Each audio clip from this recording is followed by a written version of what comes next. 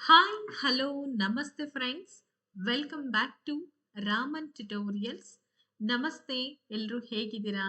Hope so ಎಲ್ಲರೂ ಚೆನ್ನಾಗಿದ್ದೀರಾ ಅಂತ ಭಾವಿಸ್ತಾ ಇವತ್ತಿನ ಒಂದು ಸ್ಪೆಷಲ್ ತರಗತಿಯನ್ನ ನಾನು ನಿಮಗೋಸ್ಕರ ಪ್ರಸ್ತುತಿ ಮಾಡ್ತಾ ಇದ್ದೀನಿ.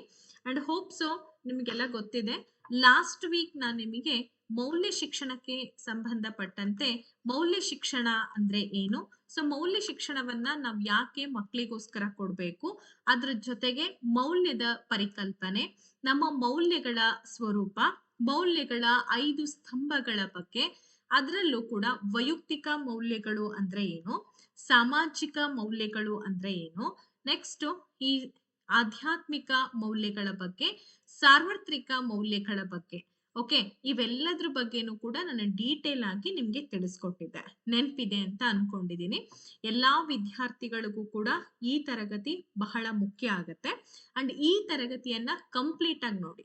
ಇವತ್ತು ನಾನ್ ತಿಳಿಸಕ್ ಹೊರಟಿರುವಂತಹ ಒಂದು ಕಾನ್ಸೆಪ್ಟ್ ಬಂದ್ಬಿಟ್ಟು ತತ್ವಬದ್ಧ ಜೀವನಕ್ಕಾಗಿ ಮಾರ್ಗದರ್ಶಿ ಸೂತ್ರಗಳು.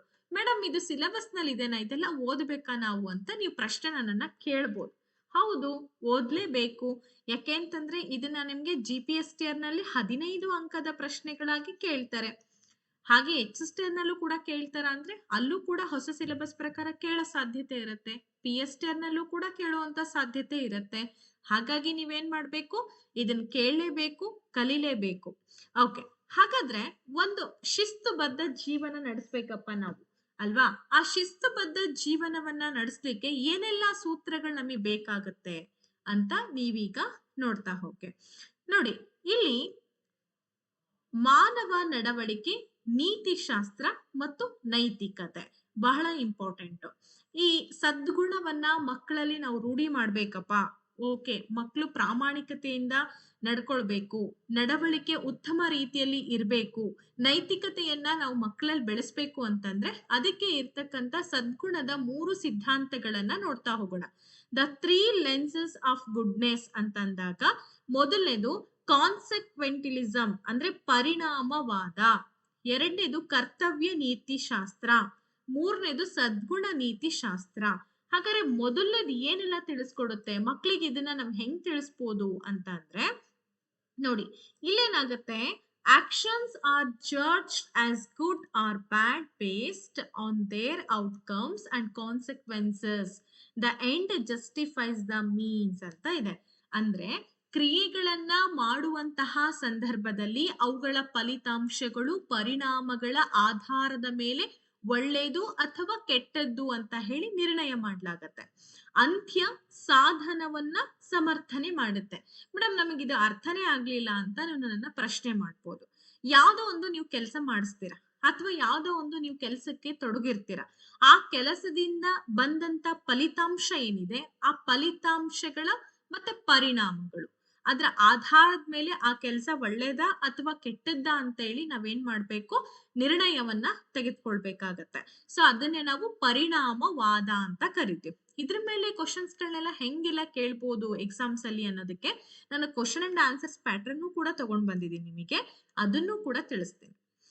ಎರಡನೇದಾಗಿ ಕರ್ತವ್ಯ ನೀತಿಶಾಸ್ತ್ರ. ನೋಡಿ, ಡಿಯೋನೊಟಲಿಸಿಕಲ್ ಎಥಿಕ್ಸ್ ಅಂತೇಳಿ ಕರೀತಾರೆ. ಏನಿದು ಕರ್ತವ್ಯ ನೀತಿಶಾಸ್ತ್ರ? ಇದು ಕೂಡ ಒಂದು ಉತ್ತಮವಾದ ಲೈಫ್ ಅಲ್ಲಿ ನಾವು ಶಿಸ್ತನ್ನ ಬೆಳೆಸ್ಕೊಳ್ಬೇಕು ಅಂದ್ರೆ ಇದು ಬಹಳ ಇಂಪಾರ್ಟೆಂಟ್ ಆಗುತ್ತೆ.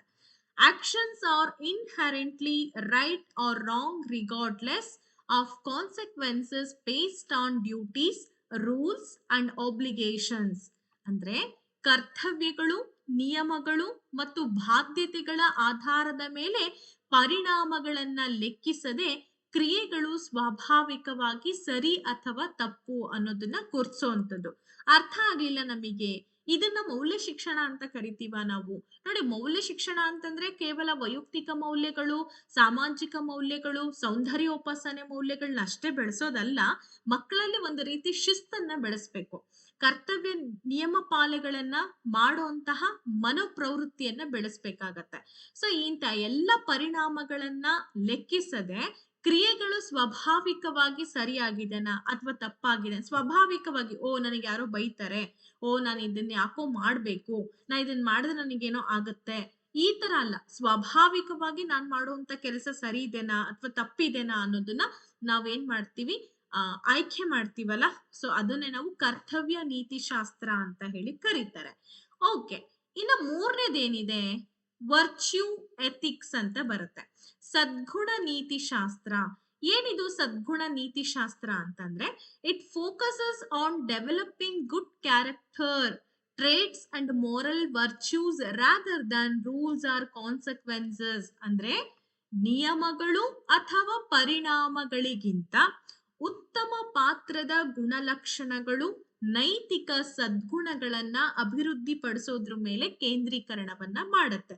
ಅಂದ್ರೆ ಈಗ ನಾವು ನಮ್ಮ ಜೀವನದಲ್ಲಿ ಬಹಳಷ್ಟು ನಿಯಮಗಳು, ಪರಿಣಾಮಗಳು, ಉತ್ತಮ ಪಾತ್ರದ ಗುಣಲಕ್ಷಣಗಳು, ಹಾಗೆ ನೈತಿಕ ಸದ್ಗುಣಗಳು, ಇವೆಲ್ಲದರ ಮೇಲೂ ಕೂಡ ಅವೇನ್ ಮಾಡ್ತವೆ, ಕೇಂದ್ರೀಕರಣವನ್ನ ಮಾಡುತ್ತೆ ಅಲ್ವಾ.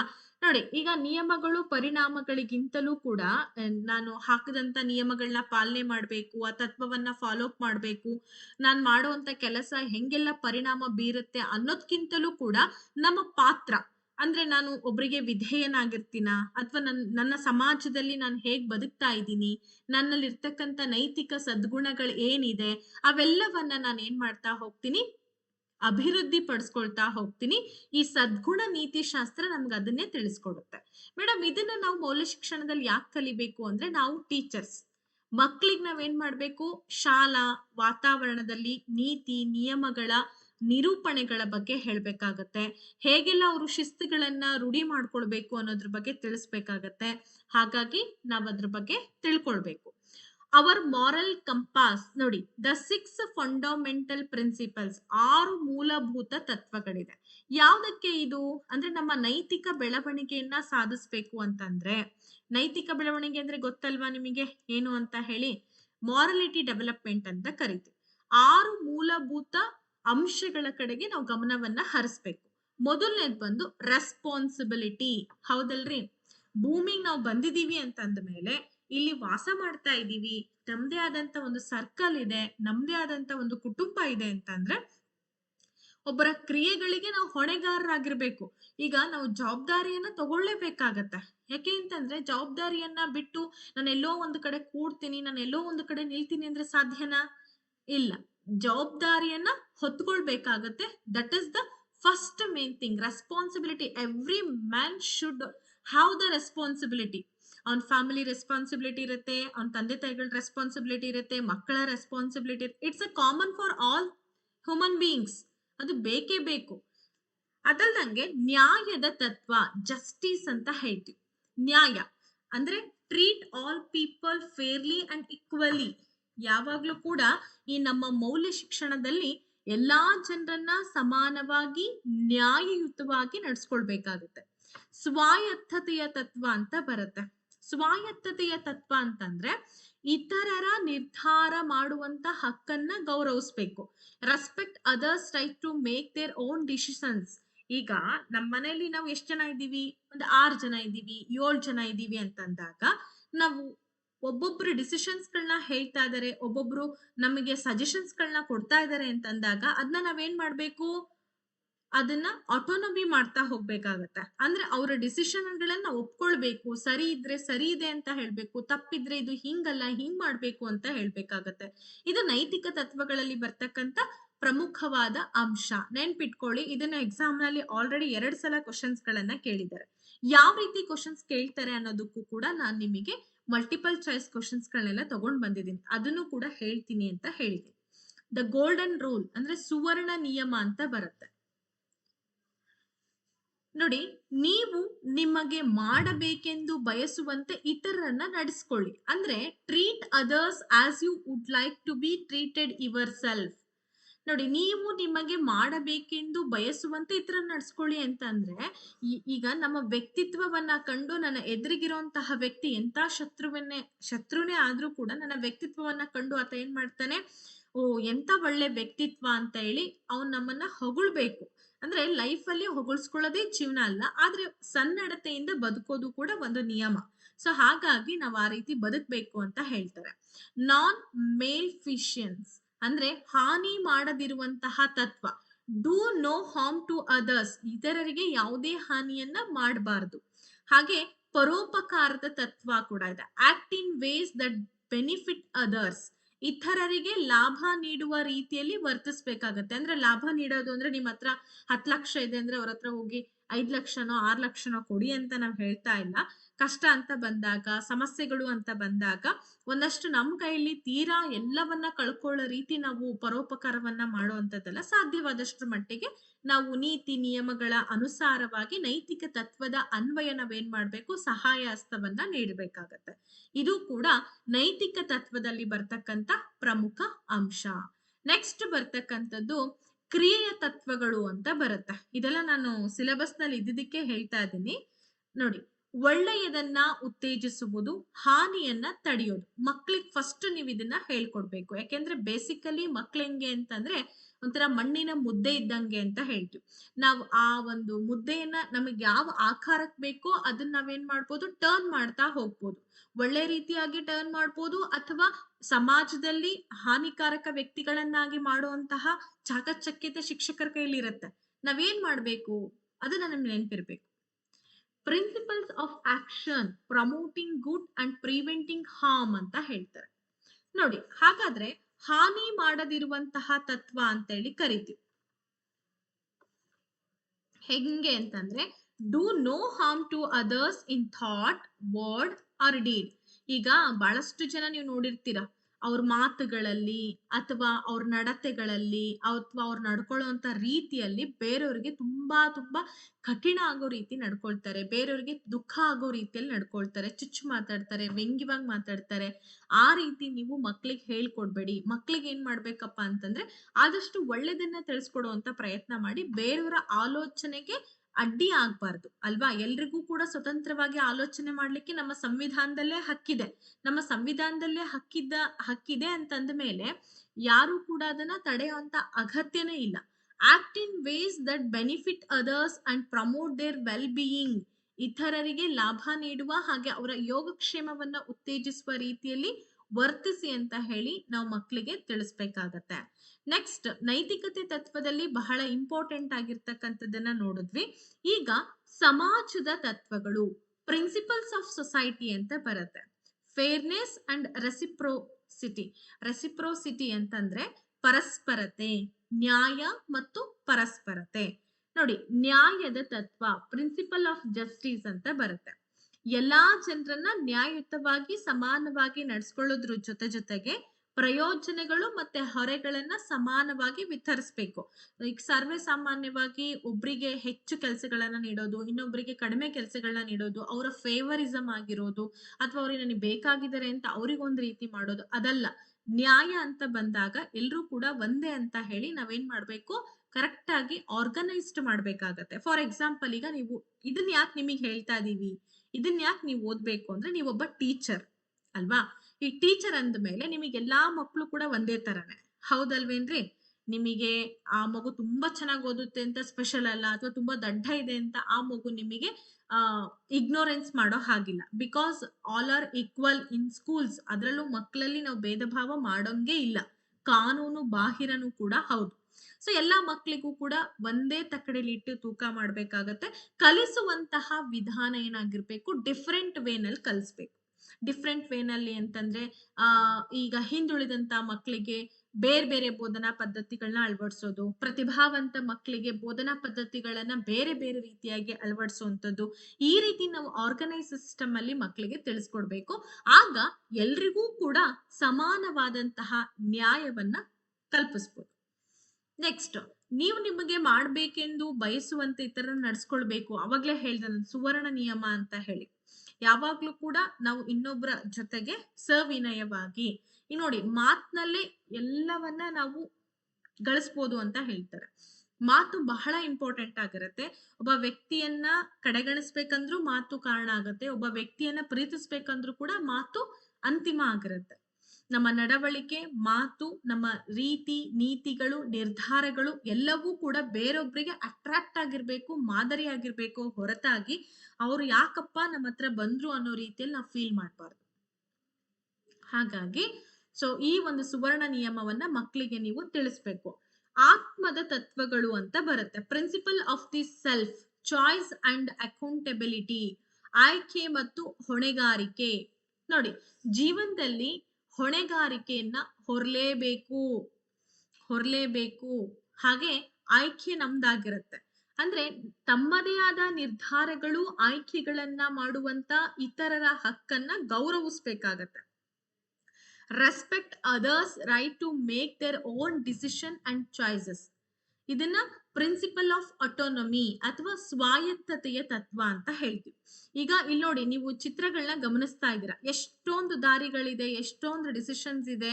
ಆ ವ್ಯಕ್ತಿ ಯಾವ್ದನ್ನ ಆಯ್ಕೆ ಮಾಡ್ಕೊಳ್ತಾನೋ ಅವನ ಇಚ್ಛೆ ಅದು. ಈಗ ನಾನ್ ಹೇಳಿದ ರೀತಿಯಲ್ಲೇ ಅವನನ್ನ ಆಯ್ಕೆ ಮಾಡ್ಕೊಳ್ಬೇಕು ಅನ್ನೋ ಯಾವುದೇ ರೂಲ್ಸ್ ರೆಗ್ಯುಲೇಷನ್ಸ್ ಗಳು ಎಲ್ಲೂ ಇಲ್ಲ, ಸಂವಿಧಾನಬದ್ಧವಾಗಿ ಎಲ್ಲೂ ಇಲ್ಲ. ಆ ವ್ಯಕ್ತಿ ಇದ್ದಾನೆ ಅಂತಂದ್ರೆ ಅವನಿಗೆ ಬೇಕಾದಷ್ಟು ನೂರಾರು ದಾರಿಗಳಿದೆ, ಅವ್ನು ಯಾವ್ದನ್ ಬೇಕಾದ್ ಚೂಸ್ ಮಾಡ್ತಾನೆ. ಅವನಿಗೆ ಒಳ್ಳೇದಾಗೋ ರೀತಿಯಲ್ಲಿ ನಾವು ಸಜೆಸ್ಟ್ ಮಾಡೋ ಅಂತ ಹಕ್ಕು ನಮ್ಮಲ್ಲಿ ಇರುತ್ತೆ ಅಷ್ಟೇನೆ. ಮಕ್ಕಳಿಗೂ ಕೂಡ ಅಷ್ಟೇನೆ, ಅವ್ರವರ ಆಯ್ಕೆಗಳು, ಅವ್ರವರ ನಿರ್ಧಾರಗಳಿಗೆ ನಾವೇನ್ ಮಾಡ್ಬೇಕು, ಮನ್ನಣೆಯನ್ನ ಕೊಡ್ಬೇಕು. ಇಲ್ಲ, ನಾವ್ ಹೇಳಿರ್ತೀವಿ ಮಕ್ಕಳಿಗೆ, ಪೇರೆಂಟ್ಸ್ ಮೊದ್ಲಿಂದಾನೇ ಅವ್ರ ತಲೆಯಲ್ಲಿ ಹಾಕಿರ್ತೀವಿ, ಓ ನನ್ ಮಗ ಡಾಕ್ಟ್ರು, ಇಂಜಿನಿಯರು, ಇದನ್ನೇ ಆಗ್ಬೇಕು, ಇಲ್ಲ IAS ಆಫೀಸರೇ ಆಗ್ಬೇಕು. ಈ ತರ ನಾವು ಫೀಡ್ ಮಾಡಿದಾಗ ಮಗು ಪ್ರೆಸರಿಗೆ ಬೀಳುತ್ತೆ. ಯಾಕಂದ್ರೆ ಆ ಕೆಪಾಸಿಟಿ ಆ ಮಗುವಿನಲ್ಲಿ ಇರುತ್ತೋ ಅಥವಾ ಇಲ್ವೋ ಗೊತ್ತಿಲ್ಲ. ಶಿಕ್ಷಕರು ಕೂಡ ಹಂಗೆ ಹೊರೆಯನ್ನ ಹಾಕ್ತಾ ಹೋದಂಗೆ ಅವ್ರ ನಿರ್ಧಾರಗಳಲ್ಲಿ ಝೀರೋ ಆಗ್ಬಿಡತ್ತೆ, ಯಾವುದೇ ರೀತಿ ಮನ್ನಣನೆ ಸಿಗಲ್ಲ. ಹಂಗ್ ಮಾಡ್ಬಾರ್ದು. ಅವರ ಚಾಯ್ಸ್ ಏನಿದೆ ನೋಡ್ಬೇಕು ನಾವು. ಇನ್ನ ಜವಾಬ್ದಾರಿಯ ತತ್ವ, ಇದು ಬಹಳ ಇಂಪಾರ್ಟೆಂಟ್. ಲೈಫ್ ಅಲ್ಲಿ ನಾವು ಮಕ್ಕಳಿಗೆ ಜವಾಬ್ದಾರಿಗಳನ್ನ ಕೊಡ್ಬೇಕಾಗತ್ತೆ. ಜವಾಬ್ದಾರಿಗಳನ್ನ ಕೊಡ್ಲಿಲ್ಲ ಅಂತಂದ್ರೆ ಸಮಾಜಕ್ಕೆ ಭಾರ ಆಗ್ಬಿಡ್ತಾರೆ. ಒಬ್ಬರ ಕ್ರಿಯೆಗಳು, ಅವುಗಳ ಪರಿಣಾಮಗಳಿಗೆ ಹೊಣೆಗಾರರಾಗಿರ್ಬೇಕು. ಇದ್ ನೀನ್ ಕೆಲಸ ಮಾಡ್ತಾ ಇದೀಯಾ, ಇದಕ್ ನೀನೇ ಹೊಣೆ, ಇದಕ್ ನಮ್ಮನ್ನ ಯಾರು ಕೂಡ ಹೊಣೆ ಮಾಡೋ ಹಾಗಿಲ್ಲ ಅಂತ ಮಕ್ಳಿಗೆ ಸ್ಟ್ರಿಕ್ಟ್ಲಿ ಹೇಳ್ಬೇಕಾಗತ್ತೆ. ಹೇಳುವಾಗ ಅವ್ರ ಆಯ್ಕೆ ಸ್ವತಂತ್ರವನ್ನ ಕೂಡ ಕೊಟ್ಟಿದೀವಿ. ಜೊತೆಗೆ ನೀ ಮಾಡುವಂತ ಕೆಲಸ ನಿನ್ನ ಜವಾಬ್ದಾರಿ, ಇದು ನೀನ್ ಹೆಂಗ್ ಮಾಡ್ತೀಯ ಅನ್ನೋದನ್ನ, ಇದನ್ನ ಹೆಂಗ್ ನಿಭಾಯಿಸ್ತೀಯ, ಅದರಿಂದ ಬಂದಂತ ಔಟ್ಪುಟ್ ಏನೇ ಇದ್ರೂ ಕೂಡ ಅದ್ ನಿನ್ನ ಪಾಲಿಗೆ ಅಂತ ನಾವು ಮಕ್ಕಳಿಗೆ ಹೇಳಿ ಕಾನ್ಸಂಟ್ರೇಟ್ ಮಾಡ್ತಾ ಹೋಗ್ಬೇಕಾಗತ್ತೆ. ಓಕೆ, ಇನ್ನೊಂದು ಪ್ರಾಕ್ಟಿಕಲ್ ಅಪ್ಲಿಕೇಶನ್ ಅಂತ ಬರುತ್ತೆ. ಏನ್ ಮೇಡಮ್ ನಮ್ಗಿದು ಅರ್ಥ ಆಗ್ತಿಲ್ಲ ಅಂತಂದ್ರೆ, ಈ ವ್ಯಾಲ್ಯೂ ಎಜುಕೇಶನ್ ಅಂದ್ರೇನೆ ಇದು. ಯಾಕೆ ನಿಮಗೆ ಕೊಡ್ತಾರೆ ಅಂತಂದ್ರೆ, ನೀವು ನಿಮ್ಮ ಕೈಯಲ್ಲಿ ಸಮಾಜದಲ್ಲಿ ಅರಳುತ್ತಾ ಇರುವಂತ ಹೂವನ್ನ ಬೆಳೆಸ್ತಾ ಇರ್ತೀರ. ಮಕ್ಕಳು ಹೂವಿದ್ದಂಗೆ, ನಾವ್ ಅದನ್ನ ಹೆಂಗೆ ಅಲ್ಟರ್ ಮಾಡ್ತಾ ಹೋಗ್ತೀವಿ, ಹೆಂಗೆ ನಾವು ಅದ ಮನ್ಸಲ್ಲಿ ನಾವು ಬೆತ್ತುತ್ತಾ ಹೋಗ್ತೀವಿ, ಹಂಗೆ ಮಕ್ಕಳು ಒಳ್ಳೆತನವನ್ನ ಬೆಳೆಸ್ಕೊಂಡು ಹೋಗ್ತಾರೆ, ಸಮಾಜದಲ್ಲಿ ಗೌರವಯುತವಾಗಿ ಬದುಕ್ತಾರೆ. ಅದಕ್ಕೋಸ್ಕರ ಶಿಕ್ಷಕರಾದಂತವ್ರು ಮೌಲ್ಯ ಶಿಕ್ಷಣದ ಬಗ್ಗೆ ಅಧ್ಯಯನ ಮಾಡ್ಬೇಕು. ಹೆಂಗೆ ಮಕ್ಕಳ ಮಾನಸಿಕ ಪ್ರಕ್ರಿಯೆಗಳು, ಬೋಧನಾ ತಂತ್ರಗಳನ್ನ ಓದ್ಕೊಳ್ಳಿಕ್ಕೆ ಶೈಕ್ಷಣಿಕ ಮನೋವಿಜ್ಞಾನವನ್ನ ಓದ್ಲಿಕ್ಕೆ ಇಟ್ಟಿದಾರೋ, ಹಂಗೆ ಮೌಲ್ಯ ಶಿಕ್ಷಣವು ಕೂಡ ಮಕ್ಕಳಲ್ಲಿ ಬರೀ ಶಿಕ್ಷಣ ಅಷ್ಟೇ ಇಂಪಾರ್ಟೆಂಟ್ ಅಲ್ಲ, ಮೌಲ್ಯಗಳನ್ನ ಬೆಳೆಸಿ ಅನ್ನೋ ಒಂದು ಉದ್ದೇಶಕ್ಕೋಸ್ಕರ ಮೌಲ್ಯ ಶಿಕ್ಷಣವನ್ನ ಇಟ್ಟಿರುವಂತದ್ದು. ಪ್ರಾಯೋಗಿಕ ಅನ್ವಯ, ಉತ್ತಮ ನಡವಳಿಕೆಯ ನಿಯಮಗಳು, the rules of good conduct ಅಂತ ಹೇಳ್ತೀವಿ. ಸತ್ಯವಾಗಿ ಮಾತನಾಡಿ ಸುಳ್ಳುಗಳನ್ನ ತಪ್ಪಿಸ್ಬೇಕು. ಆಲ್ಮೋಸ್ಟ್ ಇದನ್ನ ಕೆಲವೊಂದ್ಸಲ ಏನಾಗುತ್ತಪ್ಪ ಅಂತಂದ್ರೆ ನಾವು ಮಾಡಕ್ಕಾಗತ್ತೆ, ಕೆಲವೊಂದ್ಸಲ ಮಾಡಕ್ಕಾಗಲ್ಲ. ವಾಗ್ದಾನಗಳು, ಬದ್ಧತೆಗಳನ್ನ ಕಾಪಾಡಬೇಕು. ಕೆಲವೊಂದು ಪ್ರಾಮಿಸ್ಗಳನ್ನ ಕೊಟ್ಟಿರ್ತೀವಿ, ಕಮಿಟ್ಮೆಂಟ್ ಅನ್ನ ಕೊಟ್ಟಿರ್ತೀವಿ. ಆ ಕಮಿಟ್ಮೆಂಟ್ಗೆ ನಾವು ಬದ್ಧವಾಗಿರ್ಬೇಕು. ಯಾವಾಗ್ಲೂ ಈ ಟೈಮಲ್ಲಿ ಹೇಳ್ತೀನಿ ಅಂತ ಹೇಳಿ ಇನ್ನೊಂದ್ ಟೈಮ್ ಹೇಳಿ, ಅಥವಾ ಈ ಟೈಮಲ್ಲಿ ಮೀಟ್ ಆಗ್ತೀನಿ ಅಂತ ಇನ್ನೊಂದ್ ಟೈಮಲ್ಲಿ ಮೀಟ್ ಆಗಿ, ಆತರ ಸುಳ್ಳು ಮಾತುಗಳನ್ನ ಆಡ್ಸೋದನ್ನ ತಪ್ಪು ಮಾಡ್ಬೇಕು. ಬೇರೆಯವರ ಆಸ್ತಿ ಮತ್ತೆ ಗೌಪ್ಯತೆಯನ್ನ ಗೌರವಿಸ್ಬೇಕು. Respect others property and privacy. ಅವ್ರೇನೋ ನಮ್ ಜೊತೆಗೆ ಪ್ರೈವೇಸಿ ಮಾಡ್ತಿದ್ದಾರೆ ಅಂದ್ರೆ ನಾವು ಅಡ್ಡಿ ಆಗ್ಬಾರ್ದು. ಯಾವತ್ತೂ ಕೂಡ ಒಂದನ್ನ ನೀವು ನೆನ್ಪಿಟ್ಕೊಳ್ಳಿ, ಲೈಫಲ್ಲಿ ಅವ್ರವ್ರ ವೈಯಕ್ತಿಕ ಜೀವನ ಅವ್ರಿಗೆ ಸಂಬಂಧಪಟ್ಟದ್ದು. ನಾವು ಅದ್ರೊಳಗೆ ಹೋಗಿ ಎಂಟರ್ ಆಗ್ತಾ ಇದೀವಿ ಅಂತಂದ್ರೆ ಅದರಿಂದ ನಮಗೇನು ಆಗೋದಿಲ್ಲ. ಅವ್ರ ಪ್ರಾಪರ್ಟಿ ಎಷ್ಟಿದನೋ ಏನಿದನೋ ನಮಗೆ ಬೇಕಾಗಿಲ್ಲ. ಅವರ ಸೀಕ್ರೆಟ್ ಅನ್ನ ಅವ್ರ ಹತ್ರನೇ ಇರ್ಲಿಕ್ಕೆ ನಾವು ಪ್ರೈವೇಸಿಯನ್ನ ಮೇಂಟೈನ್ ಮಾಡ್ಬೇಕು. ನಮ್ಮ ಪ್ರೈವೇಸಿ ನಮಗೆ, ಅವ್ರ ಪ್ರೈವೇಸಿ ಅವರಿಗೆ. ಮಕ್ಕಳಿಗೂ ಹಂಗೆ ನಾವು ಹೇಳ್ಕೊಡ್ಬೇಕಾಗತ್ತೆ. ಸ್ಥಾಪಿತ ಕಾನೂನುಗಳು, ಮಾನದಂಡಗಳನ್ನ ಅನುಕರಣೆ ಮಾಡ್ಲಿಕ್ಕೆ ಹೇಳ್ಬೇಕು. ತಪ್ಪುಗಳಿಗೆ ಜವಾಬ್ದಾರಿಯನ್ನ ತೆಗೆದುಕೊಳ್ಬೇಕಾಗತ್ತೆ. ಸೊ ಇವತ್ತು ನನ್ನಿಂದ ತಪ್ಪಾಗಿದೆ ಅಂತಂದ್ರೆ ರೆಸ್ಪಾನ್ಸಿಬಿಲಿಟಿ ನಂದು. ಅದನ್ನ ಬೇರೆಯವ್ರ ಮೇಲೆ ಹಾಕೋದು, ಹೊಂದಾಣಿಕೆ ತಂತ್ರಗಳನ್ನ ಬಳಕೆ ಮಾಡೋದು, ಇದೆಲ್ಲವನ್ನ ನಾವು ಸ್ಟಾಪ್ ಮಾಡ್ಬೇಕಾಗತ್ತೆ.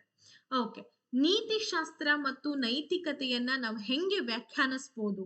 ನೀತಿಶಾಸ್ತ್ರ ಅಂದ್ರೆ ethics, defining ethics and morality, ಇದು ನಮ್ಮ ಉದ್ದೇಶನೇ ನೈತಿಕವಾಗಿ ಮಕ್ಕಳನ್ನ ಬೆಳೆಸೋದು ಆಗಿರೋದ್ರಿಂದ ನೀತಿಶಾಸ್ತ್ರ ಮತ್ತೆ ನೈತಿಕತೆ ಅಂದ್ರೆ ಏನು? ನೀತಿಶಾಸ್ತ್ರ ಅಂದ್ರೆ ಏನಪ್ಪಾ? ನೀತಿಶಾಸ್ತ್ರ ನಡವಳಿಕೆ ನಿರ್ಧಾರವನ್ನ ತೆಗೆದುಕೊಳ್ಳೋದ್ರ ಬಗ್ಗೆ, ನಿಯಂತ್ರಣ ಮಾಡೋದ್ರ ಬಗ್ಗೆ, ನೈತಿಕ ತತ್ವಗಳ ವ್ಯವಸ್ಥಿತವಾದಂತ ಅಧ್ಯಯನ ಅಂತ ಹೇಳಿ ನೀತಿಶಾಸ್ತ್ರವನ್ನ ಗುರುತಿಸ್ತಾ ಇದೆ. The systematic study of moral principles that govern behaviour and decision making ಅಂತ ಹೇಳಿ ನೀತಿಶಾಸ್ತ್ರವನ್ನ ನಾವು ಗುರುತಿಸ್ತೀವಿ. ಹಾಗಾದ್ರೆ ಮಾರಲಿಟಿ ಅಂತಂದ್ರೆ ಏನು? ನೈತಿಕತೆ ಅಂದ್ರೆ ಏನು? The principles of right and wrong behaviour accepted by society or individuals.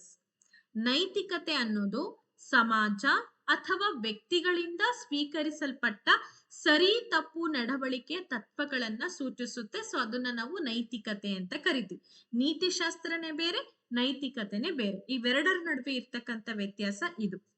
ಕ್ವಶನ್ಸ್ಗಳು ಕೂಡ ಹೆಂಗ್ ಕೇಳ್ತಾರೆ ಅನ್ನೋದನ್ನ ನಾನು ಹೇಳಿದೀನಿ ನಿಮಗೆ.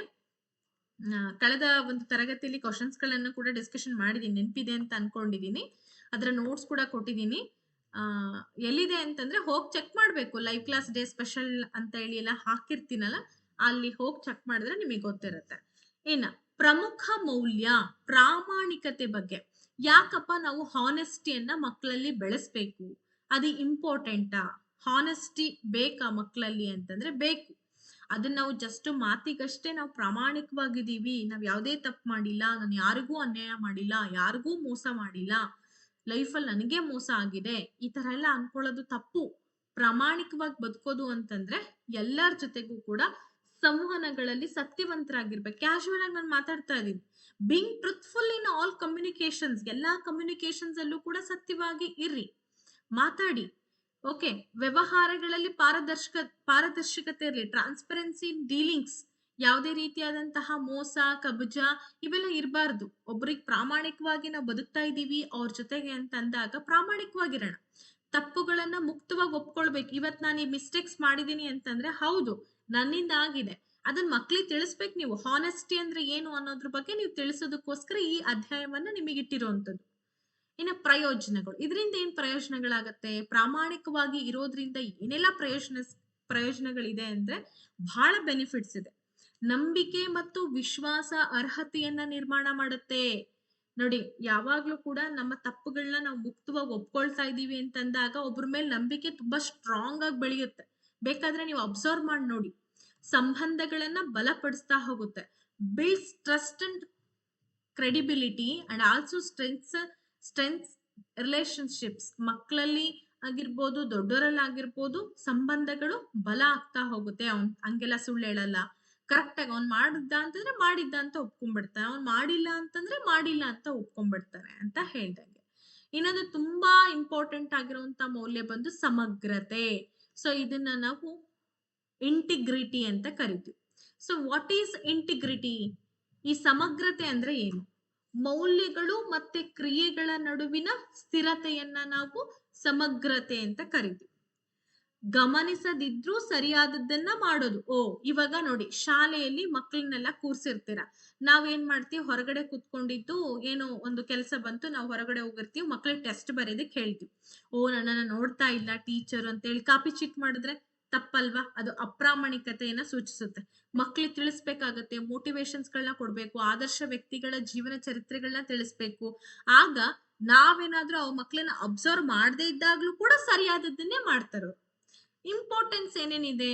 ಫೌಂಡೇಶನ್ ಆಫ್ ಕ್ಯಾರೆಕ್ಟರ್, ಪಾತ್ರದ ಅಡಿಪಾಯ, ಗೌರವವನ್ನ ಗಳಿಸುತ್ತೆ, ಪ್ರಮೋಟ್ಸ್ ಎಥಿಕಲ್ ಕಲ್ಚರ್, ನೈತಿಕ ಸಂಸ್ಕೃತಿಯನ್ನ ಉತ್ತೇಜಿಸುತ್ತೆ ಅಲ್ವಾ? ಹಾಗಾಗಿ ಇದಿಷ್ಟು ಎಲ್ಲ ಏನಪ್ಪಾ ಅಂದ್ರೆ ಪ್ರಾಮುಖ್ಯತೆ ಅಂತ ಹೇಳಿ ಗುರುತಿಸ್ತಾ ಇದೀವಿ. ನೆಕ್ಸ್ಟ್ ಬರೋದು ಇನ್ನೊಂದು ಪ್ರಮುಖ ಮೌಲ್ಯ ಯಾವುದು? ಗೌರವ. ನೋಡಿ, ಈ ನನಗೆ ಹೇಳ್ತಾರ, ನನಗೆ ಗೌರವ ಕೊಡಲ್ಲ, ನನಗೆ ಮರ್ಯಾದೆ ಕೊಡಲ್ಲ, ನನಗೇನಿಲ್ಲ, ಈ ತರ ಎಲ್ಲ ಸುಮ್ಮನೆ ಗೋಳ್ ಹಾಕೊಳ್ಳೋದು ನೋಡ್ತಾ ಇರ್ತೀವಿ. ಆ ಗೌರವ ಅನ್ನೋದು ಹೇಗ್ ಬರುತ್ತೆ, ಹೇಗ್ ಪಡ್ಕೊಳ್ಳೋದು ಅನ್ನೋದಕ್ಕೆ ಬಹಳಷ್ಟು ಟೆಕ್ನಿಕ್ಸ್ ಗಳಿವೆ. ನೋಡಿ, ಫಸ್ಟ್ ಏನಪ್ಪಾ ಅಂತಂದ್ರೆ ಡೆಫಿನೇಷನ್, ಇತರರ ಘನತೆ ಮತ್ತೆ ಹಕ್ಕುಗಳನ್ನ ಗೌರವಿಸ್ಬೇಕು.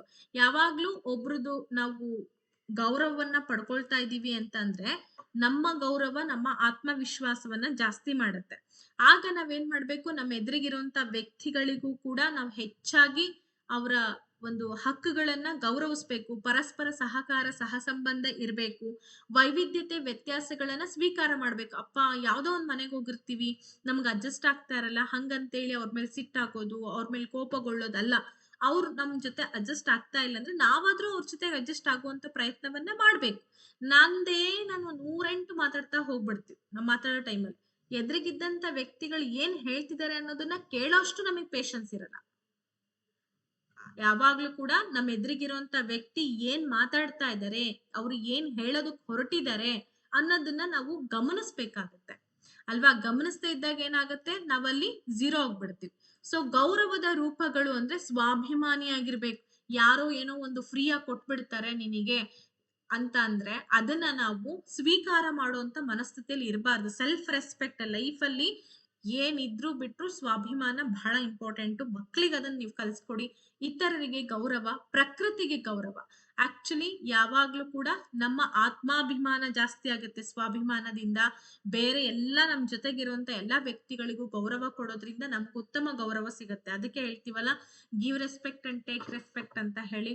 ಫಸ್ಟ್ ನಮ್ಮ ಪ್ರಕೃತಿ ಫ್ರೀಯಾಗಿ ಸಿಕ್ಕಿದೆ ನಮಗೆ. ಪ್ರಕೃತಿ, ಗಾಳಿ, ನೀರು, ವಾತಾವರಣ, ಸೂರ್ಯ, ಚಂದ್ರ ಇವೆಲ್ಲವೂ ಕೂಡ ಪ್ರಕೃತಿ ವಿಸ್ಮಯ, ಪ್ರಕೃತಿಯೇ ದೇವ್ರು. ಸೊ ಅದನ್ನ ನಾವು ಗೌರವಿಸ್ಬೇಕು. ಅವಾಗ ನಮಗೆ ಗೌರವ ಸಿಕ್ಕೇ ಸಿಗತ್ತೆ. ಇದು ಏನಪ್ಪಾ ಅಂತಂದ್ರೆ ನಿಮಗೆ ನೀವು ತಿಳ್ಕೊಂಡಿರ್ತೀರ, ಆದ್ರೆ ಮಕ್ಳಿಗೆ ತಿಳಿಸಿ ಅಂತೇಳಿ ಹೇಳ್ತಾ ಇರೋದು. ಅದಕ್ಕೋಸ್ಕರ ವ್ಯಾಲ್ಯೂ ಎಜುಕೇಶನ್ ಅನ್ನೋ ಒಂದು ಪಾಠವನ್ನ ಇಟ್ಟಿರೋಂಥದ್ದು. ಪ್ರಗತಿಯ ಎಂಜಿನ್ ಅಂದ್ರೆ the engine of progress, responsibility and cooperation ಅಂತ ಹೇಳ್ತೀವಿ. ಜವಾಬ್ದಾರಿ ಮತ್ತು ಸಹಕಾರ ಮನೋಭಾವ. ನೋಡಿ, ಜವಾಬ್ದಾರಿ ಅಂದ್ರೆ ನಾನು ನಿಮಗೆ ಹೇಳ್ದೆ, ಅವ್ರವ್ರು ಮಾಡುವಂತ ಕೆಲಸಗಳಿಗೆ ಅವ್ರವ್ರನ್ನೇ ಹೊಣೆಗಾರನಾಗಿ ಮಾಡಿಸ್ಬೇಕು. ಅವ್ರನ್ನ ಆದ್ರಿಂದ ನಾನು ಹೊರಗಡೆ ತರ್ತೀನಿ. ನೋಡಿ, ಕೆಲವೊಬ್ರು ಶ್ರೀಮಂತ ವ್ಯಕ್ತಿಗಳು ಇರ್ತಾರೆ. ಆ ಶ್ರೀಮಂತ ವ್ಯಕ್ತಿಗಳ ಮಕ್ಳಿಗೆ ಏನೇ ತಪ್ಪು ಮಾಡಿದ್ರು ಕೂಡ ಅದನ್ನ ಮುಚ್ಚಾಕೋ ಪ್ರಯತ್ನ ಮಾಡ್ತಾರೆ. ಅಲ್ಲ, ಅವ್ರ ಕೆಲಸ ಮಾಡಿದ್ದಾರೆ ಅಂತಂದ್ರೆ ಅದಕ್ಕೆ ಶಿಕ್ಷೆ ಅನುಭವಿಸ್ಲೇಬೇಕು ಅಂತ ಅನುಭವಿಸಕ್ ಬಿಡ್ಬೇಕು. ಅತಿಯಾದ ಜಾಗರೂಕತೆ, ಅತಿಯಾದ ರಕ್ಷಣೆ ಮಕ್ಳಿಗೆ ಮಾಡೋದ್ರಿಂದ ಪ್ರಯೋಜನಕ್ಕೆ ಬರಲ್ಲ. ತಂದೆ ತಾಯಿಗಳು ಮೌಢ್ಯರಾಗ್ತಾ ಹೋಗ್ತಾರೆ. ಕರ್ತವ್ಯಗಳು, ಅವ್ರು ಮಾಡುವಂತ ಕೆಲಸ ಏನಿದೆ, ಇವತ್ತು ಇದು ನಿನ್ನ ಕೆಲಸ, ಇದು ನಿನ್ನ ಕರ್ತವ್ಯ, ನಿನ್ನ ಜವಾಬ್ದಾರಿ, ಇದನ್ನ ಸಂಪೂರ್ಣವಾಗಿ ಪೂರೈಸುವಂತ ನಾವು ಸ್ಟ್ರಿಕ್ಟ್ಲಿ ಹೇಳ್ಬೇಕಾಗತ್ತೆ.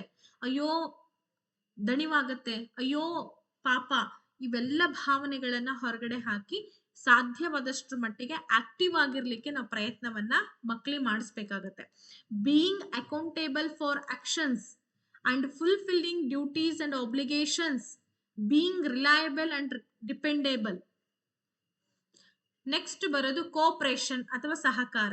ಸಾಮಾನ್ಯ ಗುರಿಗಳ ಕಡೆಗೆ ಒಟ್ಟಾಗಿ ಕೆಲಸವನ್ನ ಮಾಡುವಂಥದ್ದು. ನೋಡಿ, ನನ್ನ ಜೊತೆಗೀಗ ನೋಡಿ ಇವರೆಲ್ಲರೂ ಕೂತ್ಕೊಂಡು ಏನ್ ಮಾಡ್ತಿದ್ದಾರೆ, ನೀರಿಗೆ ಒಂದು ಇದನ್ನ ಹುಟ್ಟನ್ನ ಹಾಕ್ಬಿಟ್ಟು ದೋಣಿಯಲ್ಲಿ ಕುತ್ಕೊಂಡು ನೀರನ್ನ ಸರಿಸ್ತಾ ಎಲ್ರೂ ಒಟ್ಟಿಗೆ ಹೋಗ್ತಾ ಇದಾರೆ. ಒಬ್ನೇ ಹುಟ್ಟನ್ನ ಹಾಕಿ ನೀರನ್ನ ಸರಿಸಿದಾಗ ದೋಣಿ ಮಗುಚ್ಬಹುದು, ಮುಳುಗ್ಬಹುದು. ಸಹಕಾರ ಮನೋಭಾವವನ್ನ ಮಕ್ಕಳಲ್ಲಿ ಬೆಳೆಸಿ ಅಂತ ಹೇಳ್ತಾರೆ. ಸಾಮಾನ್ಯ ಗುರಿಗಳ ಕಡೆಗೆ ಒಟ್ಟಾಗಿ ಕೆಲಸ ಮಾಡೋದು, ತಂಡದ ಪ್ರಯತ್ನಗಳನ್ನ ಬೆಂಬಲಿಸುವಂಥದ್ದು, ಸಹಯೋಗದ ಸಂದರ್ಭಗಳನ್ನ, ಸಂಬಂಧಗಳನ್ನ ನಿರ್ಮಾಣ ಮಾಡುವಂಥದ್ದಕ್ಕೆ ನಾವು ಪ್ರೋತ್ಸಾಹವನ್ನ ಕೊಡ್ಬೇಕಾಗತ್ತೆ. ಇವೆಲ್ಲವೂ ಕೂಡ ಏನಪ್ಪಾ ಅಂದ್ರೆ ಮಾನವೀಯ ಮೌಲ್ಯಗಳ ಬಗ್ಗೆ ನಾವು ಮಾತಾಡ್ತಾ ಇದೀವಿ. ಇನ್ನ the heart of humanity compassion ಅಂದ್ರೆ ಮಾನವೀಯತೆ ಹೃದಯ, ಸಹಾನುಭೂತಿ. ನಾವೆಲ್ಲರೂ ಮನುಷ್ಯರೇ, ನಮ್ಗೆಲ್ರಿಗೂ ಎಮೋಷನ್ಸ್ ಇದೆ. ಎಮೋಷನ್ಸ್ ಅನ್ನ ತುಂಬಾ ಚೆನ್ನಾಗಿ ನಾವು ಅಕ್ವೈರ್ ಮಾಡ್ಕೊಂಡಿದೀವಿ, ಮಾತಾಡ್ತೀವಿ, ನಮ್ ದುಃಖವನ್ನ ತೋಡ್ಕೊಳ್ತೀವಿ, ಹಂಚ್ಕೊಳ್ತೀವಿ. ಹೆಂಗೆ ಅಂತಂದ್ರೆ ನಮ್ಮ ಮಾನವೀಯತೆಯಿಂದ ಅಲ್ವಾ. ಡೆಫಿನೇಷನ್ ಏನಪ್ಪಾ, ಸಹಾನುಭೂತಿ ಅಂದ್ರೇನು? ಇತರರ ದುಃಖದ ಬಗ್ಗೆ ಸಹಾನುಭೂತಿಯನ್ನ ತೋರಿಸೋದು. Showing empathy toward other suffering. ಬೇರೆಯವ್ರು ನನ್ನ ಕಣ್ ಮುಂದೆ ತುಂಬಾ ಸಫರ್ ಮಾಡ್ತಾ ಇದಾರೆ ಅಂತಂದಾಗ ಕಲ್ಲಾಗಿ ಕುತ್ಕೊಳ್ಳುವಂಥದ್ದಲ್ಲ, ಸಹಾನುಭೂತಿಗಳನ್ನ ತೋರಿಸ್ಬೇಕಾಗುತ್ತೆ. ನೋವನ್ನ ನಿವಾರಿಸ್ಲಿಕ್ಕೆ ಸಹಾಯ ಮಾಡುವಂತ ಬಯಕೆ. ಈಗ ಎಲ್ಲರೂ ಕೂಡ ಸಹಾಯ ಮಾಡ್ತೀವಿ ಅಂತ ಹೇಳಕ್ಕಾಗತ್ತಾ? ಇಲ್ಲ, ಅವ್ರವ್ರ ಕೆಪಾಸಿಟಿ ಮೇಲೆ ಡಿಪೆಂಡ್ ಆಗಿರುತ್ತೆ. ಮಕ್ಳಿಗೆ ಇವನ್ನ ಹೇಳ್ಕೊಡ್ಬೇಕು ನೀವು. ಅವ್ರು ಯಾವ ಸಂದರ್ಭದಲ್ಲಿ ಅಪ್ಲೈ ಮಾಡ್ಕೊಳ್ತಾರೆ ಅಥವಾ ಯಾವ ಸಂದರ್ಭದಲ್ಲಿ ಅದನ್ನ ಹೇಳ್ಕೊಡ್ತಾರೆ ಅದು ಮ್ಯಾಟ್ರ್ ಆಗಲ್ಲ ಇಲ್ಲಿ. ಕ್ರಿಯೆಗಳಲ್ಲಿ ದಯೆ ಮತ್ತು ಕಾಳಜಿಯನ್ನ ತೋರಿಸ್ಬೇಕಾಗತ್ತೆ. ಅಂಡ್ ಆಲ್ಸೋ ಈ ಮಾನವೀಯ ಹೃದಯ ಅಂತಂದಾಗ ಅಭಿವ್ಯಕ್ತಿಗಳು, ದಾನ ಧರ್ಮದ ಕಾರ್ಯಗಳು, ಸ್ವಯಂ ಸೇವಕ ಕಾರ್ಯಗಳು, ಭಾವನಾತ್ಮಕ ಬೆಂಬಲ, ಇದೆಲ್ಲದ್ರ ಬಗ್ಗೆ ಮಕ್ಕಳಿಗೆ ಮೋಟಿವೇಶನ್ಸ್ಗಳನ್ನ ಕೊಡ್ಬೇಕು. Acts of charity, voluntary work, emotional support ಅಂತ ಹೇಳಿ ಗುರುತಿಸ್ತಾ ಇದೀವಿ. ಅಂಡ್ ನೆಕ್ಸ್ಟ್ ಬರೋಣ, ಅಂತಿಮ ಆಕಾಂಕ್ಷೆ ಏನಪ್ಪಾ ಅಂದ್ರೆ ಅಹಿಂಸೆ ಅಂತ ಹೇಳ್ತೀವಿ. ಅಹಿಂಸೆ ಅಂತಂದ್ರೆ ನಿಮ್ಗೆಲ್ಲ ಗೊತ್ತೇ ಇದೆ, ಇದ್ರ ಬಗ್ಗೆ ಮಕ್ಕಳಿಗೆ ಹೆಂಗ್ ತಿಳಿಸ್ಬೇಕು ನೀವು ಅಂತ ಹೇಳಿ ಅನೇಕ ಉದಾಹರಣೆಗಳನ್ನ ಕೊಡ್ಬೋದು. ಅದಲ್ದಂಗೆ ಮಕ್ಕಳಿಗೆ ಏನಪ್ಪಾ ಅಂತಂದ್ರೆ ಕೆಲವೊಂದು ಆದರ್ಶ ವ್ಯಕ್ತಿತ್ವಗಳ ಬಗ್ಗೆ ತಿಳಿಸ್ಬೋದು. ಅಬ್ಸ್ಟೇನಿಂಗ್ ಫ್ರಮ್ ಫಿಸಿಕಲ್ ಹಾರ್ಮ್, ದೈಹಿಕ ಹಾನಿಯಿಂದ ದೂರ ಇರೋದಕ್ಕೆ ಮಕ್ಕಳಿಗೆ ನಾವು ಯಾವಾಗ್ಲೂ ಕೂಡ ಪ್ರೋತ್ಸಾಹವನ್ನ ಕೊಡ್ಬೇಕು. ಸಂಘರ್ಷಗಳನ್ನ ಶಾಂತಿಯುತವಾಗಿ ಪರಿಹರಿಸೋದು, ಎಲ್ಲಾ ಜೀವರೂಪಗಳಿಗೆ ಗೌರವವನ್ನ ಕೊಡುವಂಥದ್ದು, ಆಲೋಚನೆಯಲ್ಲಿ ಅಹಿಂಸೆ, ಮಾತಿನಲ್ಲಿ ಅಹಿಂಸೆ, ಕ್ರಿಯೆಯಲ್ಲಿ ಅಹಿಂಸೆ. ಈ ಮೂರು ಕೂಡ ಏನಪ್ಪಾ ಅಂತಂದ್ರೆ the 3 pillars of non violence ಅಂತ ಕರಿತೀವಿ. ನೋಡಿ ಎಕ್ಸಾಮ್ ಅಲ್ಲಿ ಕೇಳ್ತಾರೆ, ಇದನ್ನ ಕೇಳಿದರೆ ಕೂಡ ನಾನು ಕ್ವಶನ್ಸ್ ಗಳು ಹೆಂಗ್ ಬರುತ್ತೆ ಅಂತ ತಿಳಿಸ್ತೀನಿ ಅಂತ ಹೇಳಿದೀನಿ, ತಿಳಿಸ್ತೇನೆ, ಗೊತ್ತಾಗತ್ತೆ ನಿಮಗೆ. ನಾನ್ ವೈಲೆನ್ಸ್ ಇನ್ ಥಾಟ್, ನಾನ್ ವೈಲೆನ್ಸ್ ಇನ್ ಸ್ಪೀಚ್, ನಾನ್ ವೈಲೆನ್ಸ್ ಇನ್ ಆಕ್ಷನ್. ಸೊ ಇದಿಷ್ಟು ಏನಪ್ಪಾ ಅಂತಂದ್ರೆ ನಿಮಗೆ ಫಸ್ಟ್ ಅಧ್ಯಾಯಕ್ಕೆ ಸಂಬಂಧಪಟ್ಟಂತ ಒಂದು ಕ್ವಶನ್ಸ್ ಗಳಾಗಿತ್ತು. ಯಾಕೆ ಇದು ಬೇಕು ನಿಮಗೆ ಅಂತಂದ್ರೆ ಬೇಕಾಗತ್ತೆ, ಎಕ್ಸಾಮ್ಸ್ ಅಲ್ಲಿ ಇದನ್ನ ಸುಮಾರು ಸಲ ಕೇಳಿದರೆ, ಹಾಗಾಗಿ ನಾನು ನಿಮಗೆ ಇದನ್ನ ಹೇಳಿರುವಂತದ್ದು. ಕಳೆದ ಬಾರಿ ನಾನು ನಿಮಗೆ ಈ ಕ್ವಶನ್ಸ್ ಗಳ ಬಗ್ಗೆ ಡಿಸ್ಕಷನ್ ಮಾಡಿದ್ದೆ, ನೆನಪಿದೆ ಅಂತ ಅನ್ಕೊಂಡಿದ್ದೀನಿ. ಈಗ ಇನ್ನೊಂದಷ್ಟು ಕ್ವಶನ್ಸ್ ಗಳಿದೆ, ನೋಡೋಣ. MCQs on ethics and human conduct, ಅಂದ್ರೆ ನೈತಿಕತೆ ಮತ್ತು ಮಾನವನ ನಡವಳಿಕೆ ಮೇಲೆ ಯಾವ ರೀತಿ ನಿಮಗೆ ಕ್ವಶನ್ಸ್ ಗಳು ಬರಬಹುದು ಅನ್ನೋದನ್ನ ನೋಡ್ತಾ ಹೋಗೋಣ. ಒಂದು 4ರಿಂದ 5 ಕ್ವಶನ್ಸ್ ಗಳನ್ನ ಬಿಡ್ಸೋಣ.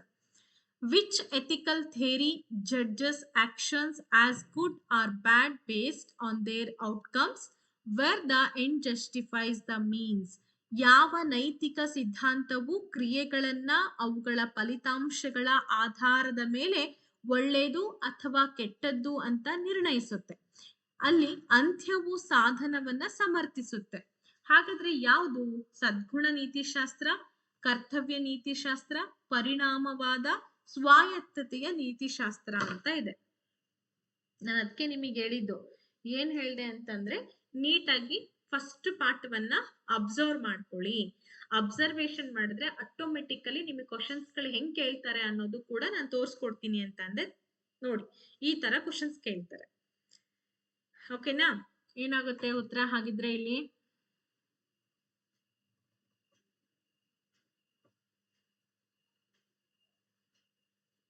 ಎಸ್, ಓಕೆ, ಏನಾಗ್ಬೋದು? ಸದ್ಗುಣ ನೀತಿಶಾಸ್ತ್ರ ಅಂತ ಹೇಳ್ತಿದ್ದೀರಾ.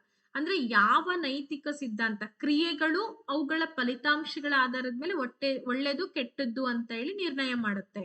ಆಲ್ರೆಡಿ ನಾನು ಹೇಳಿದೆ ನಿಮ್ಗೆ, ಪರಿಣಾಮವಾದ, ಕಾನ್ಸೆಕ್ವೆನ್ಷಿಯಲಿಸಂ ಅಂತ ಹೇಳ್ತಿದ್ದೀರಾ. ಕರೆಕ್ಟ್ ಆಗಿ ಪಾಠ ನೀವು ನೋಡಿದ್ರಿ ಅಂತಂದ್ರೆ, ಅರ್ಥ ಮಾಡ್ಕೊಂಡಿದ್ರಿ ಅಂದ್ರೆ ಗೊತ್ತಿರುತ್ತೆ. ಸರಿಯಾದ ಉತ್ತರ ಬಂದು ಆಪ್ಷನ್ ನಂಬರ್ ಸಿ, ಪರಿಣಾಮವಾದ. ಯಾಕೆಂದ್ರೆ ಕ್ರಿಯೆ ಅವುಗಳ ಫಲಿತಾಂಶ, ಆ ಫಲಿತಾಂಶ ಅಂದ್ರೇನೆ ಪರಿಣಾಮ ಅಂತ ಅರ್ಥ ಅಲ್ವಾ? ಹಾಗಾಗಿ ನೆಕ್ಸ್ಟ್ ಕ್ವಶನ್ಗೆ ಹೋಗೋಣ. The principle of non maleficence is best described as ಅಂತ ಇದೆ. ಹಾನಿ ಮಾಡದಿರುವಂತಹ ತತ್ವವನ್ನ ಈ ಕೆಳಗಿನಂತೆ ಉತ್ತಮವಾಗಿ ವಿವರಿಸಬಹುದು ಅಂತ ಇದೆ. ಏನಿದು ಪ್ರಶ್ನೆ? ಅರ್ಥ ಮಾಡ್ಕೊಂಡ್ರ ಎಲ್ಲರೂ? Treating others as you would like to be treated, ನೀವು ನಿಮಗೆ ಮಾಡಬೇಕೆಂದು ಬಯಸುವಂತೆ ಇತರರನ್ನ ನಡೆಸಿಕೊಳ್ಳೋದು. Acting in ways that benefit others, ಇತರರಿಗೆ ಪ್ರಯೋಜನವಾಗುವ ರೀತಿಯಲ್ಲಿ ವರ್ತಿಸುವುದು. ಹಾಗೆ ಒಬ್ಬರ ಕ್ರಿಯೆಗಳಿಗೆ ಹೊಣೆಗಾರರಾಗಿರುವಂಥದ್ದು. ಆಲೋಚನೆ, ಮಾತು ಅಥವಾ ಕೃತಿಯಲ್ಲಿ ಇತರರಿಗೆ ಯಾವುದೇ ಹಾನಿ ಮಾಡದಿರುವುದು ಅಂತ ಇದೆ. ಹಾಗಾದ್ರೆ ಪ್ರಶ್ನೆಗೆ ತಕ್ಕಂತೆ ಯಾವ್ದಿಲ್ಲಿ ಉತ್ತರ ಆಗತ್ತೆ? ನಾನ್ ಮಾಲಿಫೆನ್ಸ್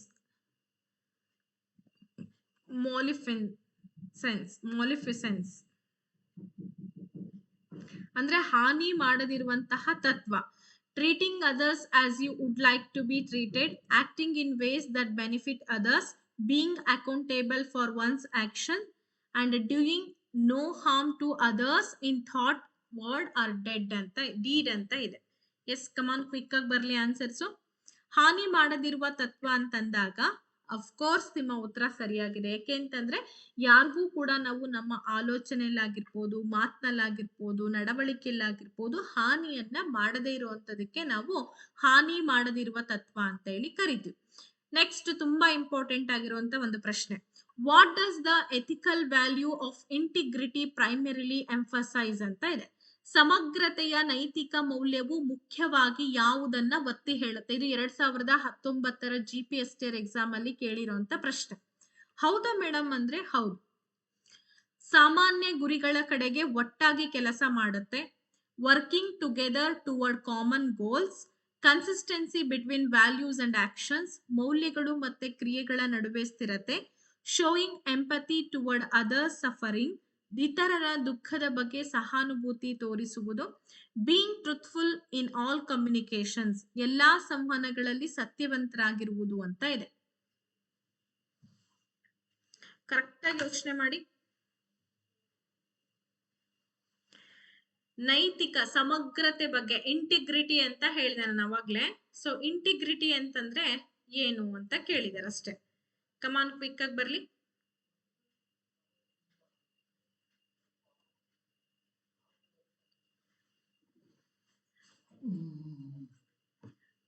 ಎಸ್, ಆಲ್ಮೋಸ್ಟ್ ನಿಮ್ಮೆಲ್ಲರೂ ಉತ್ತರ ಬಂದ್ಬಿಟ್ಟು ಇತರರ ದುಃಖದ ಬಗ್ಗೆ ಸಹಾನುಭೂತಿ ತೋರುವುದು ಅಂತ ಹೇಳ್ತಿದ್ದೀರಾ. ಹೌದಾ?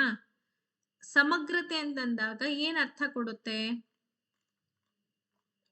ಸಮಗ್ರತೆ ಅಂತಂದಾಗ ಏನ್ ಅರ್ಥ ಕೊಡುತ್ತೆ? ಓಕೆ, ಕನ್ಫ್ಯೂಷನ್ ಮಾಡ್ಕೊಂಡಿರಾ ಬಹಳಷ್ಟು ವಿದ್ಯಾರ್ಥಿಗಳು. ಬೇರೆ ಬೇರೆ ಉತ್ತರಗಳನ್ನ ಕೊಡ್ತಿದ್ದೀರಾ. ಇಲ್ಲಿ ಆಕ್ಚುಲಿ ಸರಿಯಾದ ಉತ್ತರ ಬಂದು ಆಪ್ಷನ್ ನಂಬರ್ ಬಿ ಆಗುತ್ತೆ. ಬಿ ಏನಿದೆ ಅಂತಂದ್ರೆ ಏನಿದೆ ನೋಡಿ, ಹೀಗಿದೆ. ಮೌಲ್ಯಗಳು ಮತ್ತೆ ಕ್ರಿಯೆಗಳ ನಡುವಿನ ಸ್ಥಿರತೆಯನ್ನ ಸಮಗ್ರತೆ ಅಂತ ಹೇಳಿ ಕರಿತಾ ಇದೀವಿ. ಹಾಗಾಗಿ ಆಪ್ಷನ್ ನಂಬರ್ ಬಿ ಇಲ್ಲಿ ಸರಿಯಾಗಿದೆ. Consistency between values and actions. ನಾವು ಮಾಡುವಂತಹ ಕೆಲಸಗಳು ಮತ್ತೆ ನಡ್ಕೊಳ್ಳುವಂತಹ ರೀತಿಯ ಮೇಲೆ ಈ ಸಮಗ್ರತೆ ಡಿಪೆಂಡ್ ಆಗುತ್ತೆ ಅನ್ನೋದು. Okay, the systematic study of moral principles that govern behaviour and decision making is the definition of ಅಂತ ಕೊಟ್ಟಿದ್ದಾರೆ. ಬಟ್ ಅ ಬ್ಯೂಟಿಫುಲ್ ಕ್ವಶನ್ ಗೊತ್ತಾ ಇದು? ಕೇಳ್ಬೋದಾ ಈ ರೀತಿ ಅಂತಂದ್ರೆ? ಕೇಳೋ ಸಾಧ್ಯತೆಗಳು ಇರೋದಕ್ಕೋಸ್ಕರ ನಾನು ನಿಮಗೆ ತಗೊಂಡ್ ಬಂದಿದ್ದೀನಿ. ಪ್ರಶ್ನೆ ನೋಡ್ಕೊಳ್ಳಿ ಇಂಗ್ಲಿಷ್ ಮೀಡಿಯಂನವರು. ಇದು ನೋಡ್ಕೊಂಡ್ಮೇಲೆ ಕನ್ನಡ ಮೀಡಿಯಂನವರು ಕೂಡ ನೋಡ್ಕೊಳ್ಳಿ. ನಡವಳಿಕೆ ಮತ್ತು ನಿರ್ಧಾರ ತೆಗೆದುಕೊಳ್ಳುವಿಕೆಯನ್ನ ನಿಯಂತ್ರಿಸುವ ನೈತಿಕ ತತ್ವಗಳ ವ್ಯವಸ್ಥಿತ ಅಧ್ಯಯನ ಇದು ಯಾವುದರ ವ್ಯಾಖ್ಯಾನವಾಗಿದೆ? ನೈತಿಕತೆ, ಸಮಗ್ರತೆ, ನೀತಿ ಶಾಸ್ತ್ರ, ನ್ಯಾಯ. ಅವಾಗ್ಲೇ ಪಾಠ ಕೇಳಿದೀರಾ ನೀವು? ಪಾಠ ಕೇಳಿದೀರಾ ಅಂತಂದ್ರೆ ನಿಮಗೆ ಈ ಕ್ವಶನ್ಸ್ಗಳು ಕೂಡ ಈಸಿ ಆಗತ್ತೆ. ಮಾರಲಿಟಿ, ಇಂಟಿಗ್ರಿಟಿ, ಎಥಿಕ್ಸ್, ಜಸ್ಟಿಸ್ ಅಂತ ಇದೆ. ಸಮಗ್ರತೆ ಅಂದ್ರೆ ಏನು ಅಂತ ಗೊತ್ತಾಯ್ತು ನಿಮಗೆ? ಅಂದ್ರೆ ಸಮಗ್ರತೆ ಇಲ್ಲೊಂದು ಬರಲ್ಲ. ಇನ್ನು ನೈತಿಕತೆ ಬರುತ್ತಾ, ನೀತಿ ಶಾಸ್ತ್ರ ಬರುತ್ತಾ, ನ್ಯಾಯ ಬರುತ್ತಾ?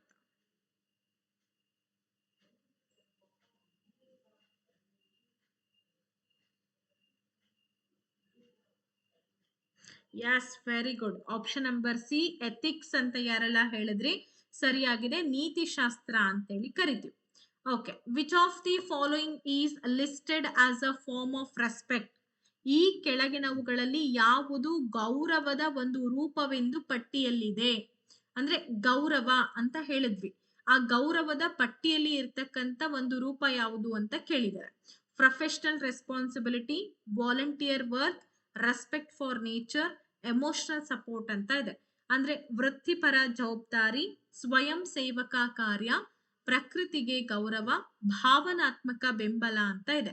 ಹಾಗಾದ್ರೆ ಗೌರವದಲ್ಲಿ ಬರ್ತಕ್ಕಂತ ಬಹಳಷ್ಟು ಗೌರವಗಳ ಬಗ್ಗೆ ನೋಡಿದ್ರಿ ನೀವು. ನಾನು ಈಗ ತಾನೇ ಪಾಠ ಮಾಡಿದೆ. ಗೌರವ ಅನ್ನೋ ಒಂದು ಕಾನ್ಸೆಪ್ಟ್ ಇತ್ತು. ಆ ಗೌರವದಲ್ಲಿ ಏನೇನೆಲ್ಲ ಬರುತ್ತೆ ಅಂತ ಹೇಳಿದ್ವಿ. ಅಲ್ಲಿ ವೃತ್ತಿಪರ ಜವಾಬ್ದಾರಿ ಬರುತ್ತಾ, ಸ್ವಯಂ ಸೇವಕ ಕಾರ್ಯ ಬರುತ್ತಾ, ಪ್ರಕೃತಿಗೆ ಗೌರವ ಬರುತ್ತಾ, ಭಾವನಾತ್ಮಕ ಬೆಂಬಲ ಬರುತ್ತಾ? Come on quick.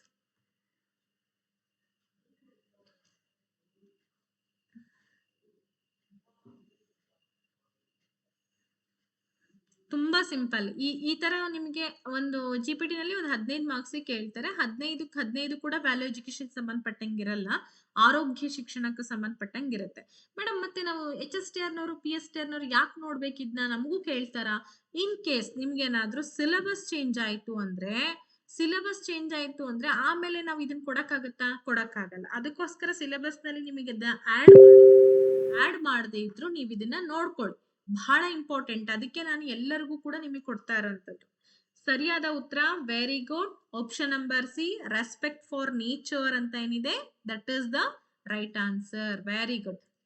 According to the notes ಅಂದ್ರೆ ನಾವೇನೀಗ ಪಾಠ ಹೇಳಿದ್ವಲ್ಲ ಅದ್ರ ಪ್ರಕಾರ which core value involves doing the right thing even when unobserved ಅಂದ್ರೆ ನಾವು ಅದನ್ನ ಗಮನಿಸದೆ ಇದ್ರೂ ಕೂಡ ಸರಿಯಾದದ್ದನ್ನ ಮಾಡೋದು ಯಾವ ಪ್ರಮುಖ ಮೌಲ್ಯವನ್ನ ಒಳಗೊಂಡಿದೆ. ಇಫ್ ಇನ್ ಕೇಸ್ ನಾವು ಅಬ್ಸರ್ವೇಷನ್ ಮಾಡಿಲ್ಲಪ್ಪ ಆದ್ರೂ ಕೂಡ ನಾವ್ ಇಲ್ದೇ ಇದ್ರೂ ಅದನ್ನ ಸರಿಯಾಗಿ ಕೆಲಸ ಮಾಡಿದ್ದಾರೆ ಅಂತ ಅಂದ್ರೆ ಅದನ್ನ ನಾವು ಎಂತಹ ಮೌಲ್ಯ ಅಂತ ಕರಿತಾ ಇದೀವಿ. ಪ್ರಾಮಾಣಿಕತೆ, ಸಮಗ್ರತೆ, ಜವಾಬ್ದಾರಿ, ಸಹಾನುಭೂತಿ. ಎಂತಹ ಮೌಲ್ಯ ಅದು? ನಾವಿಲ್ದೇ ಇದ್ರೂ ಕೊಟ್ಟಿರೋ ಕೆಲಸವನ್ನ ಸರಿಯಾಗಿ ಮಾಡಿದ್ದಾರೆ ಅಂತಂದ್ರೆ ಅದ್ ಎಂತಹ ಮೌಲ್ಯ ಅಂತ ಹೇಳಿ ಗುರುತಿಸ್ತೀವಿ?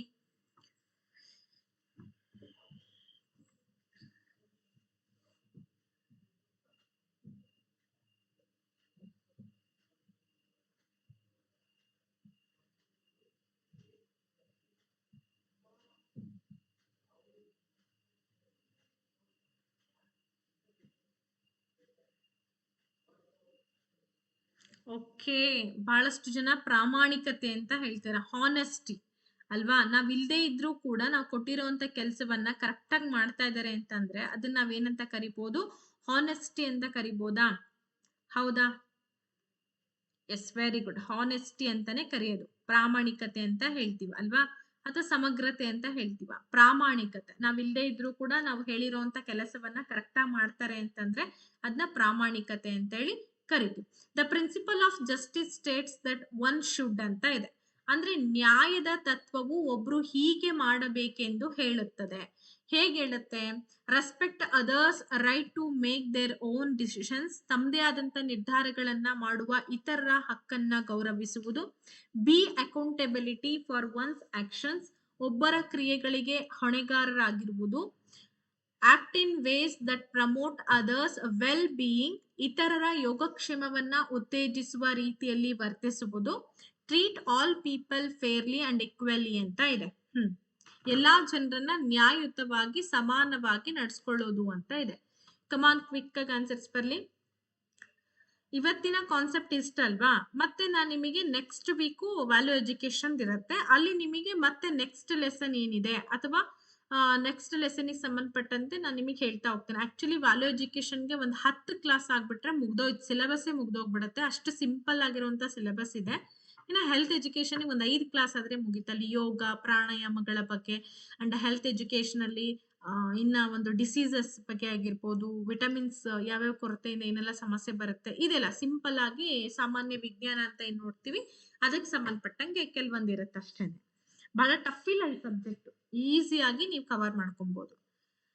ಓಕೆ, ಪ್ರಿನ್ಸಿಪಲ್ ಆಫ್ ಜಸ್ಟಿಸ್ ನೋಡಿ, ಪ್ರಿನ್ಸಿಪಲ್ ಆಫ್ ಜಸ್ಟಿಸ್ ಅಂತಂದಾಗ ನೀವು ಇಲ್ಲಿ ನಾನು ಕೊಟ್ಟಿರೋಂತ ಟಿಪ್ಪಣಿ ನೋಡ್ಕೊಂಡ್ಬಿಟ್ರೆ ಗೊತ್ತಾಗ್ಬಿಡತ್ತೆ. ಹೆಂಗೆ ಮೇಡಮ್ ಗೊತ್ತಾಗುತ್ತೆ ಅಂತಂದ್ರೆ ನೋಡಿ, ಜವಾಬ್ದಾರಿ ಅಂತಂದಾಗ ಕ್ರಿಯೆಗಳಿಗೆ ಹೊಣೆಗಾರರಾಗಿರೋದು ಇವೆಲ್ಲವೂ ಬರ್ತವೆ. ಇನ್ನ ನಾವು ಓದಿದ್ದು ಗೌರವ. ಸೊ ಗೌರವದಲ್ಲಿ ನಾನು ಹೇಳಿದ್ನಲ್ಲ, ಈ ನಮ್ಮ ಪ್ರಕೃತಿಗೆ ಗೌರವವನ್ನ ಕೊಡುವಂಥದ್ದು. ಹೌದು. ಸಮಗ್ರತೆ ಅಂತಂದಾಗ ನಿಮ್ಗೆಲ್ಲ ಗೊತ್ತಿದೆ.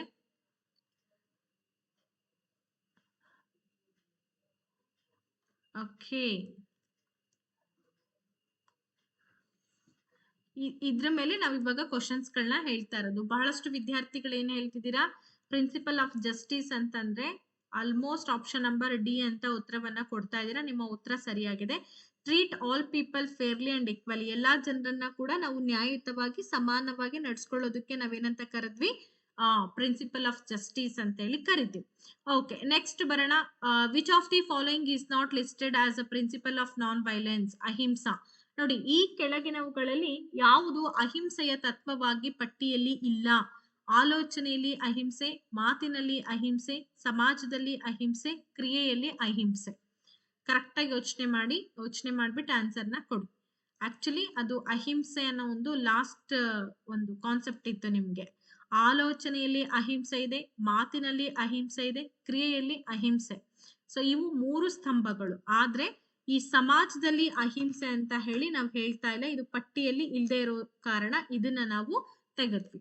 Okay, building trust, strengthening relationships and creating peace of mind are benefits associated with which core value ಅಂತ ಇದೆ.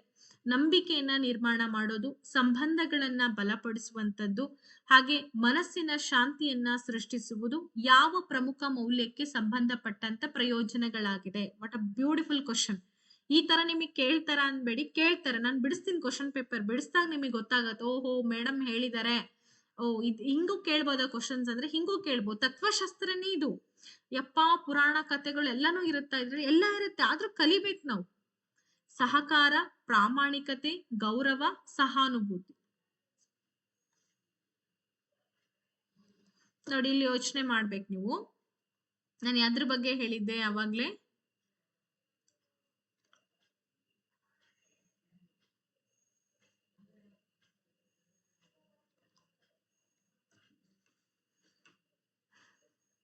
ಕರೆಕ್ಟ್ ಆಗಿ ಆಲೋಚನೆ ಮಾಡಿ ಉತ್ತರವನ್ನ ಕೊಡಿ.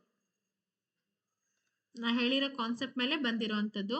9ನೇ ಪ್ರಶ್ನೆಗೆ ಸರಿಯಾದ ಉತ್ತರ ಏನಾಗುತ್ತೆ? ಆಪ್ಷನ್ ನಂಬರ್ ಬಿ, ಹಾನೆಸ್ಟಿ, ಪ್ರಾಮಾಣಿಕತೆಗೆ ಸಂಬಂಧ ಪಡುತ್ತೆ. ಓಕೆ, ಇನ್ನ 10ನೇ ಪ್ರಶ್ನೆಗೆ ಬರೋಣ. The ethical theory that focuses on developing good character traits and moral virtues is known as ಅಂತ ಇದೆ.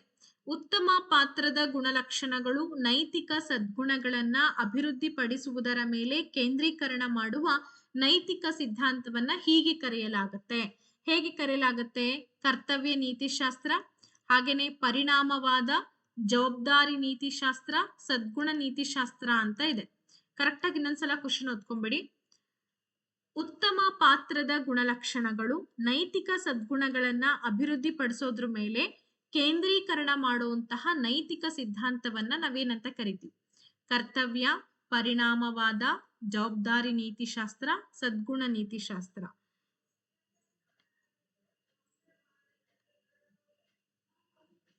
ಕರೆಕ್ಟ್ ಆಗಿ ಆಲೋಚನೆ ಮಾಡಿ ಆನ್ಸರ್ ಕೊಡಿ. ಅಂಡ್ ಈ ಕ್ವಶನ್ ಏನಾಗುತ್ತೆ, ಈ ಸೆಷನ್ ನ ಕೊನೆ ಪ್ರಶ್ನೆ ಆಗಿರುತ್ತೆ. ಅಂಡ್ ನಿಮಗೆ ನಾವು ಮತ್ತೆ ನೆಕ್ಸ್ಟ್ ವೀಕ್ ಅಲ್ಲಿ ಏನ್ ಮಾಡ್ತೀವಿ, ಇದನ್ನ ಕಂಟಿನ್ಯೂ ಮಾಡ್ತೀವಿ. ಕಂಟಿನ್ಯೂ ಮಾಡೋದಂದ್ರೆ next lesson.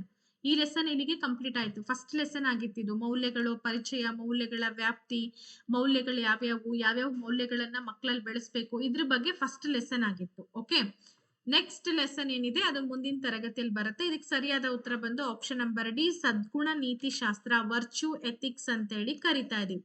Very good. And ಇವತ್ತಿನ ತರಗತಿ ನಿಮಗೆ ಮೌಲ್ಯ ಶಿಕ್ಷಣಕ್ಕೆ ಸಂಬಂಧಪಟ್ಟಂತಹ ಅತ್ಯಂತ ಅದ್ಭುತವಾದಂತ ತರಗತಿ ಆಗಿತ್ತು. ಬಹಳಷ್ಟು ವಿದ್ಯಾರ್ಥಿಗಳಿಗೆ ಈ ತರಗತಿಯ ಮೌಲ್ಯ ಗೊತ್ತಾಯ್ತು ಅಂತ ಅನ್ಕೊಂಡಿದೀನಿ. ಬಿಕಾಸ್ 8ರಿಂದ 9 ಪ್ರಶ್ನೆಗಳು ಮೌಲ್ಯ ಶಿಕ್ಷಣದ ಮೇಲೆ ನಿಮಗೆ ಎಕ್ಸಾಮ್ಸ್ ಅಲ್ಲಿ ಬರೋದು. ಇನ್ನುಳಿದಂಥದ್ದು ಆರೋಗ್ಯ ಶಿಕ್ಷಣದ ಮೇಲೂ ಕೂಡ ಬರುತ್ತೆ. ಹಾಗಾಗಿ ಎಲ್ಲರೂ ಫೋಕಸ್ ಮಾಡಿ, ಕಾನ್ಸಂಟ್ರೇಟ್ ಮಾಡಿ ಅಂತ ಹೇಳ್ತಾ ಇವತ್ತಿನ ಈ ಕ್ಲಾಸ್ ಅನ್ನ ಇಲ್ಲಿಗೆ ಮುಗಿಸ್ತಾ ಇದ್ದೀವಿ. ಅಂಡ್ ನೆಕ್ಸ್ಟ್ ಏನಿದೆ ಅಂತಂದ್ರೆ ನಿಮಗೆ ಮತ್ತೆ ಅಪ್ಕಮಿಂಗ್ ಕ್ಲಾಸಸ್ಗಳೆಲ್ಲ ಬರ್ತಾ ಹೋಗುತ್ತೆ. ಧನ್ಯವಾದಗಳು. Take care and bye bye.